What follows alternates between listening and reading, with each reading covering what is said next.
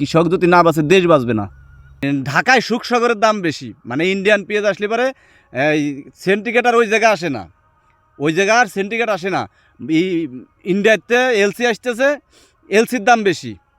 Indian এলসির দাম এই বছর ধরেই সারাটা বছরই, মানে এই আইপি যখন থেকে খুলেছে সরকার তখন থেকে ইন্ডিয়ান পেঁয়াজ যখন আসছে তখন থেকেই ইন্ডিয়ান পেঁয়াজের দাম বেশি, এলসি পেঁয়াজের দাম বেশি। আর আমাদের বাংলাদেশেরটা দাম কম। বিশেষ করে আমরা সুখসাগর লাগাই, এই যে আপনার ভারতেতে যে ইন্ডিয়াতে যে সুখসাগরগুলো আসে, ইন্ডিয়া থেকে যে সুখসাগরগুলো আসে তার 1 কেজি বিক্রি হয় আপনার 60 টাকা, 70 টাকা, 80 টাকা। আর আমরা সুখসাগর আটে নিয়ে গেলে পারে দাম দেয় কত জানেন? 30 টাকা। এই বছরে সর্বোচ্চ এই সুখসাগর পেঁয়াজ 1200 টাকা বিক্রি হয়েছে, সর্বোচ্চ এই মোড় কাটায় এসে 1200 টাকা বিক্রি করছি। লাস্টের দিন বেচছি 1100 টাকা। তো ইন্ডিয়ান এলসি হলে পারে দাম বেশি। আর আমাদের যদি এলসি হয়, মানে এলসি কোয়ালিটি পেঁয়াজ এই আচ্ছা আপনারাই বলেন, আপনাদের মানে কি বলবো ভাই, আসলেই বলার মতো ভাষা নাই। আপনারা এই যে পেঁয়াজ দেখেন,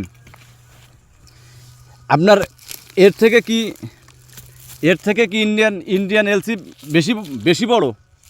এখনও কিন্তু দেখেন গাছের কিছু হয় না। আসলে আপনাদের বিষয়টা এই বিশেষ করে পেঁয়াজটা উঠেই দেখানোর জন্য, এই যে বিশেষ করে পেঁয়াজটা উঠেই এখনও কিন্তু এই দেখছেন একদম কাঁচায় দেখেন প্রত্যেকটা গাছই এই পেঁয়াজটা ধরেন 100 গ্রাম প্লাস হয়েছে, এই পেঁয়াজটা 100 গ্রাম প্লাস। আর এই পেঁয়াজটা ফুল নামলে এই পেঁয়াজটা হবে আপনার মিনিমাম 200 গ্রাম। তো আমরা এই পেঁয়াজ আটে নিয়ে গেলে পারে খায় না, দাম কম। আর ইন্ডিয়াতে এই পেঁয়াজ আসলে পারে দাম বেশি, ডাবল দামে বিক্রি হয়। মানে কি বলবো ভাই, মানে মাথার রক্ত উঠে যায় এইসব কালচার দেখলে। আমাদের বাংলাদেশে এই কালচার দেখলে পরে মাথায় রক্ত উঠে যায়। কিছু বলার লোক নেই। বাংলাদেশের পেঁয়াজের যখনই দাম বৃদ্ধি হয় তখন বলে সেন্টিগ্রেড লেগে গেছে, সেন্টিগ্রেড শুরু হয়ে গেছে, তখনই নামায় দেয় পুলিশ প্রশাসন, ম্যাজিস্ট্রেট নামায় দেয়। আর এখন পেঁয়াজের দাম কম, এখন কারোই কোনো খোঁজ খবর নাই। এখনকে আপনাদের এই তেস মারে নাকি? এখন আমাদের কৃষকদের আইসা দেখান যে ভাই আপনাদের সমস্যাটা কি, আপনাদের পেঁয়াজের বাজারের দাম কম, এখন কি দিকে করা যায় সেই ব্যবস্থাটা আপনারা করতে পারেন না। আপনারা তা তো করবেন না। আপনারা কৃষকের শেষ করার জন্য বসে উঠে পড়ে লাগছেন কেন? তো আমার এই ভিডিওটা আমি জানি না যে তারেক রহমানের কাছে যাবে কি না, আমাদের সরকারের কাছে, নতুন সরকারের কাছে এই ভিডিওটা যাবে কি না। যদি যায় তাহলে আমার একটা সরকারের কাছে আমার দাবি, আমাদের কৃষকদের দাবি, সেটা হলো চিরতরের জন্য বন্ধ করে দেবেন ইন্ডিয়ান এলসি আনা, চিরতরের জন্য। আমাদের বাংলাদেশের কৃষকের দিকে একটু তাকাবেন। কৃষক কিন্তু বড় অসহায়, কৃষক কিন্তু শেষ। এর 1 মণ পেঁয়াজ, এই যে আপনার এই পেঁয়াজটা 1 মণ পেঁয়াজ জন্মাইতে সর্বনিম্ন 1500 টাকা খরচ হয়েছে। এখন সর্বনিম্ন 1500 টাকা খরচ হয়েছে।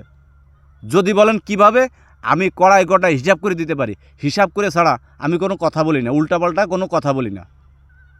তো আমাদের কৃষকের দিক তাকাবেন। আর কৃষক যদি না বাঁচে, দেশের প্রধান কৃষক, আমি যেটা মনে করি, কৃষক যদি না বাঁচে দেশ বাঁচবে না। যেমন প্রবাসীদের ভূমিকা আছে বা দেশের প্রতি, তেমন কৃষকেরও কিন্তু ভূমিকা আছে। প্রবাসীরা সব কিছু ত্যাগ করে প্রবাসে গেছে, এই যে বিদেশে গেছে, মাছ চাল পাল সব কিছু ত্যাগ করে চলে গেছে। তাদের দেশের জন্য অনেক ভূমিকা আছে, তেমন কৃষকেরও অনেক ভূমিকা আছে। এই ফসলটা ফলাইতে খুব কষ্ট লাগে। যারা একমাত্র তারাই বোঝে, যারা এই কৃষিকাজটা করে, যারা এই কৃষিকাজটা বোঝে। এই কারণেই কৃষকের দিক তাকাবেন। ধন্যবাদ। আর আমার পেঁয়াজ চাষি ভাই ও বন্ধুরা, দয়া করে ভিডিওটা শেয়ার করে তারেক রহমানের কাছে পৌঁছায় দেওয়ার ব্যবস্থা করে দেবেন। ধন্যবাদ।